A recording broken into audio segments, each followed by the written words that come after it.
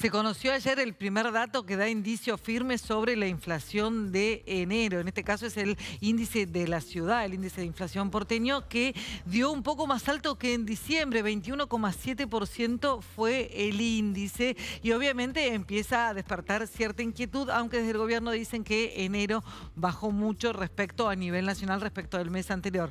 238,5% es lo que acumula en el año y vamos a ver las categorías que más subieron, que estuvieron muy por encima de ese promedio de 21,7%, insistimos, en la ciudad de Buenos Aires. Cuidado personal, 35,7%, transporte, 33,7%, transporte va a impactar mucho en la de febrero con los aumentos que ya se anunciaron y que están vigentes. Salud, 30%, las prepagas sin duda, y alimentos, atención, esta es la variable que obviamente más preocupa, 25,4%, si recordás, en diciembre había sido 30% el aumento de la inflación. Queda ahora esperar el dato nacional que se conocerá la próxima semana. Bueno, justamente para hablar de este y otros temas está con nosotros Iván Kachanowski, que es economista. Buen día, Iván. Agustina Bassi te saluda. Ahí te lo contaba Virginia, ¿no? Lo compartía Virginia, 21,7 el dato de inflación para la ciudad de Buenos Aires. Un gobierno, digo, hablando de Javier Milei, que asegura que está desacelerándose la inflación a nivel nacional. ¿Y con qué número podemos encontrarnos, ¿no? A nivel nacional, ¿crees que va a estar por debajo del 20% como lo espera el gobierno nacional o que es una meta todavía un poco optimista? ¿Qué tal, Agustina, Virginia? ¿Cómo están? Bueno, yo creo que va a estar en un nivel similar, que la inflación se va a ubicar en torno al 20%, ¿no? Lo está ocurriendo algo bastante raro, que estamos teniendo números de inflación muy alta, Sí. pero como esperábamos números todavía más altos, pareciera que son números buenos, ¿no? Digamos, Sí. obviamente que va a ser mejor 20 que 25, si ese es finalmente el dato. Estaría mostrando que la inflación se desacelera, pero siguen siendo números muy altos, ¿no? Acá lo importante también es tener en cuenta que es un año donde se van a ajustar muchos precios, ¿no? Que las tarifas de transporte, que de gas, de electricidad, las prepagas van a volver a aumentar, los estacionamientos, bueno, un montón de cuestiones van a aumentar, con lo cual va a ser un año de inflación alta, ¿no? Digamos, no creo que a lo largo del año podamos ver una inflación que esté por debajo del 200%. Ahora, Me imagino que vamos. el panorama político no es para nada alentador. Tenemos una ley ómnibus que finalmente está caída en stand-by. ¿Crees que esto va a permitirle al gobierno nacional cumplir con sus metas? Bueno, a ver, el objetivo fiscal prioritario que tiene el gobierno y el ministro de Economía es tratar de llegar al equilibrio financiero. Sí. Esto es decir, no tener déficit incluyendo los intereses de la deuda, lo cual te dejaría un leve superávit primario, digamos.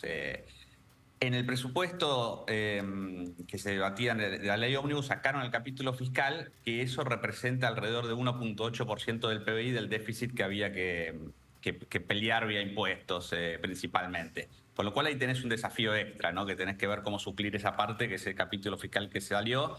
Es cierto, cayó la ley ómnibus, pero en términos fiscales casi que era indistinto porque el capítulo fiscal ya estaba afuera. Entonces tenés que hacer un esfuerzo mayor, que hay que ver si se hace con más impuestos, ajustando más a provincias, pareciera que la relación se tensó. Yo no creo que se llegue a un equilibrio financiero, pero con que se llegue a un equilibrio primario, es decir, aquel que deja de lado el pago de intereses de la deuda, sería un avance bastante importante. Es decir, no dejaría de ser un muy buen paso reducir el déficit en un 3% del PBI en vez de 5,5% como está proponiendo el gobierno.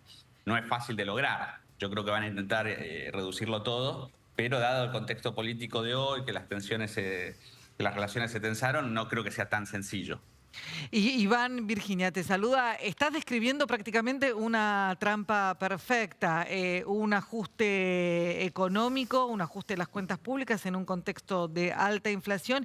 Y te sumo un elemento sobre el que te quiero preguntar. El nivel de actividad económica, que todo indica se está derrumbando de una manera realmente estrepitosa.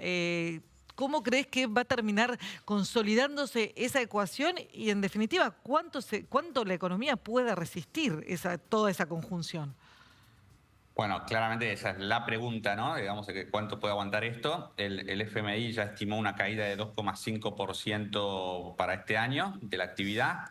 pero si dejas de lado la economía agrícola, es decir, todo lo que no es vinculado al agro, la caída es del 5%. Es decir, que lo que se está viendo es una recesión muy fuerte, que también explica la caída de los precios, ¿no? Cuando vos estás en recesión, los precios tiran para abajo. Con lo cual no es el mejor saneamiento de la inflación, si querés, porque es a costa de una fuerte recesión. Y la pregunta es, bueno, ¿hasta cuándo puede aguantar la economía un sacrificio que la población en su mayoría creo que entiende que es para hacer ciertas correcciones, pero empezamos a ver estas tensiones en el Congreso que yo creo que a más de uno preocupa, ¿no? Y la incertidumbre a futuro, ¿cómo sigue esto? El presidente va a llamar finalmente un plebiscito, va a empezar a negociar más, va a intentar gobernar vía DN1, no sabemos ahora cuál va a ser el plan de acción, la hoja de ruta del gobierno, ¿no? Y eso es lo que preocupa tanto a los mercados, que esperaba que haya cierto consenso con la ley Ómnibus. Sí. Eso se rompió y por eso los mercados, las acciones argentinas afuera cayeron ayer, ¿no? Volvió la incertidumbre. Volvió la incertidumbre, así es. Bueno. ¿Cómo vamos a salir de esto? Buena pregunta, Iván, que nos dejas acá en Hoy Nos Toca. Gracias por conversar.